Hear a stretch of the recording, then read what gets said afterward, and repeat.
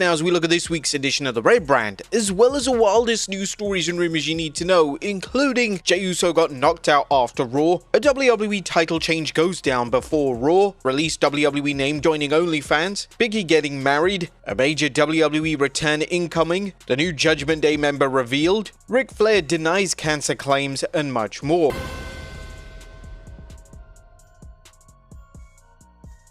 Now, as always, we won't recap the show, but just look at the good, the bad, and the downright ugly. As always, we start off with the good, as number 1, Paul Heyman shines. Must be that tan. Now, Raw kicked off with an intense promo from Paul Heyman. Heyman would interrupt World Champion Jey Uso, and Heyman offered some much needed insight into why he turned on Roman Reigns and CM Punk. Now, Heyman delivered some of his finest work in recent memory. He explained that turning on Reigns and Punk was the right call and was completely justified. Both of his respective reasons were logical and easy to follow. This is the exact type of motivation that is lacking from the current John Cena heel turn. It's always appreciated when WWE explores the logic and reasoning for a heel turn to make sure that fans can follow it. Number 2, Jey Uso vs Seth Rollins. Following the opening promo between Jey Uso and Seth Rollins, it looked like WWE was shifting gears away from Jey vs Logan Paul to Jey vs Rollins. The two would collide for the world title in the main event slot of the show, and the match was one of Jey's greatest matches. Rollins once again brought the best out of Jey, and the match was a PLE quality match. Whilst we didn't get a clean finish, we did get a huge match in the main event of the show, which was badly needed. CM Punk also made his grand return to WWE television in the match itself, and this was a nice surprise, as Punk had stated that he would be missing another week of television, but evidently he was trying to keep his return under wraps. Number 3, Sheamus returns. Now at last, Sheamus is back on Raw. Fans have been wondering where on earth Sheamus has been, and now he's back in his babyface role. The former WWE champion received a huge reaction from the crowd, and hopefully we are back to having Sheamus showcased in featured matches each week on the Red Brand. Number 4, Promo Masterclasses. The two key matches for Backlash were actually given significant promo time on Raw. The Lyra Valkyria and Becky Lynch promo exchange was tremendous, and Valkyria managed to hold her own against Lynch, which is extremely hard to do. Additionally, the Gunther and Pat McAfee promo exchange was well executed, and both men managed to up the intensity ahead of their showdown at Backlash this coming weekend. Number 5, Rusev Crush. Rusev had his first match since returning to WWE, defeating Otis in the process. The match was a great showcase for the former US champion, and WWE are presenting him as a monster heel. It'd be welcomed if Rusev received a meaningful feud sooner rather than later, and with Sheamus back on television, a Rusev vs Sheamus program would be perfect for the summer months. That was good. What about the bad? Is number 1, pull the trigger. WWE once again are planting the seeds for Austin Theory to turn on Grayson Waller. The issues between the two was a key theme during their segment, as well as Theory's match versus Sheamus. WWE have been teasing this for close to a year now, and the fans are slowly losing interest at all. Either do it or don't. Number 2, 5-match PLE match card. One of the issues with the Triple H era is the obsession with 5 matches on a PLE card. There are so many matches that could be added to Backlash, such as Io Sky and Rhea Ripley versus Roxanne Perez and Julia, and these aren't even being built up on television. It's unclear if the 5-match format is a TKO call, however it would be welcome to see the feuds on TV make it onto the PLE match card for a definitive conclusive payoff.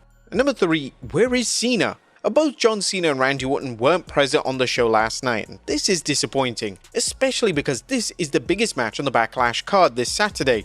While Cena's dates are limited, WWE could have easily had Orton on the show or even had the two engage in some pre-recorded content. It's just not on to have neither of them present on the go-home episode of Raw.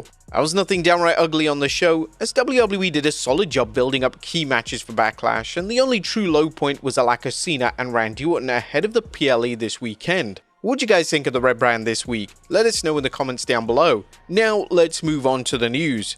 Now, first story looks at what happened after Raw. Now, our top story today takes a look at a major angle that went down following last night's Raw. It appeared based on Raw that WWE were moving away from the idea of Logan Paul challenging for the world title. However, the show was a red herring, as after Raw, Paul appeared in the crowd with a hoodie on and knocked out world champion Jey Uso. A footage of this was seen on WWE social media channels, and naturally due to the names involved, it's received a lot of attention. The fans were hoping that WWE had dropped the idea of Paul being a main eventer, however, they clearly want to see Paul in that upper echelon role. Now, as things stand, the match isn't set for Backlash this weekend, and it's unlikely to be added now that 5 matches are confirmed for the show. The current card features John Cena vs Randy Orton for the WWE title, Lyra Valkyria vs Becky Lynch for the Women's Intercontinental title, thank you AJ Styles, Dominic Mysterio vs Penta for the IC title, Pat McAfee vs Gunther, and Jacob Fatu vs LA Knight vs Drew McIntyre vs Damian Priest for the US title. Now, in relation to when Jay vs Logan Paul will go down, Saturday night's main event is a probable destination. The show is set for 2 weeks after this Saturday's Backlash, and currently the only thing set for the show is an appearance from current WWE Champion John Cena.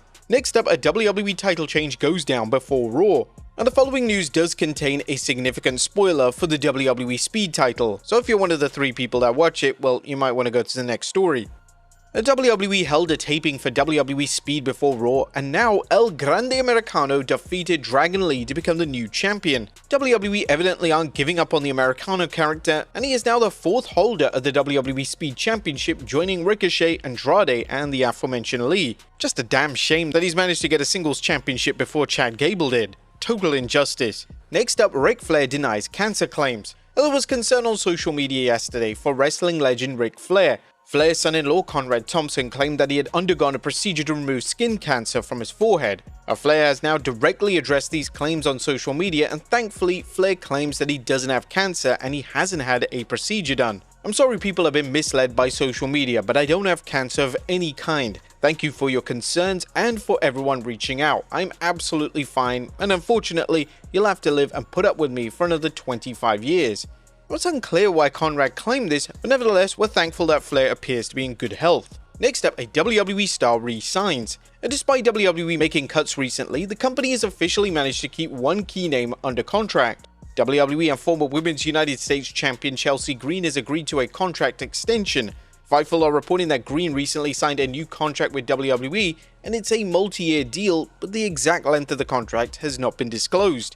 Green has been a major standout since her WWE return, and some fans even claim that she's one of Triple H's best rehires. Next up, Becky Lynch addresses the Becky Hogan meme. Now, in recent months, WWE fans have coined the phrase Becky Hogan for Becky Lynch. This comes from the idea that Lynch politics herself into favorable positions. Lynch was asked directly on the Raw Recap show what her thoughts on the meme were, and she didn't hold back. My face that's already been through hell. My nose isn't perfectly straight anymore, my shoulders popping out, I've got scars all over my arms. All of this from everything I've given to this industry. People go around and compare me to the scummiest person on earth after everything I've done for them. So now I'm the bad guy. I'm supposed to sit here and take it even though I haven't done anything wrong. I broke through the glass ceiling. I changed the game. Now, the comments have clearly hit a nerve, and comparing any talent to Hogan in 2025 just isn't right, so it's easy to see why this would upset the former women's champion. Next up, a release name joining OnlyFans. Could a released WWE star be joining OnlyFans? The recently released Cora Jade is rumored to be joining the platform, as she replied, "Stay tuned honey," when Indy Hartwell tweeted about her joining the popular site. There are screenshots circulating of a profile featuring Jade's picture, but whether it is her real profile has yet to be confirmed. And no, my wife won't allow me to research that. Next up, huge congratulations to Biggie. Congratulations to Biggie, who took to Instagram yesterday to announce his engagement. The former WWE champion shared pictures of the engagement ring and of himself and Chris Yim, the sister of SmackDown star Mishin. Tons of WWE talent, both past and present, were quick to share their warm messages, and it's evident that Biggie is one of the most beloved pro wrestlers in recent memory, and we're wishing all the best for the couple. Next up is a major WWE return incoming. Could a significant WWE return be on the horizon? Brian Alvarez from the Wrestling Observer, WWE are interested in once again working with Ronda Rousey. Alvarez states that if Rousey returns, it could lead to WWE re-signing the recently released Shayna Baszler. WWE does still want to do something with Ronda Rousey. Shayna Baszler obviously retired Ronda Rousey, or at least her last match in WWE, so I cannot say that there's no chance we'll never see Shayna Baszler again. I cannot say we'll never see Shayna again, because if WWE makes a deal with Ronda, and Ronda wants Shayna back, she'll be back. Rousey's had 2 respective runs in WWE. Her initial run was well received, whilst her second run unfortunately failed to deliver, and ultimately left a lot to be desired. WWE bringing back Rousey after releasing so many women in the division would be a questionable move, but this is a 2025 WWE we're talking about, so anything is possible.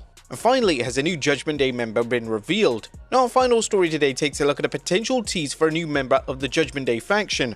On Raw last night, Finn Balor was caught at a distance talking to Roxanne Perez backstage. WWE teasing that Perez could be a new addition to the group, and could this be a sign that Liv Morgan is getting set to exit the faction? Morgan is currently off WWE television filming a new movie, and her absence is likely to be the cause of dissension within the group in the coming weeks on Raw.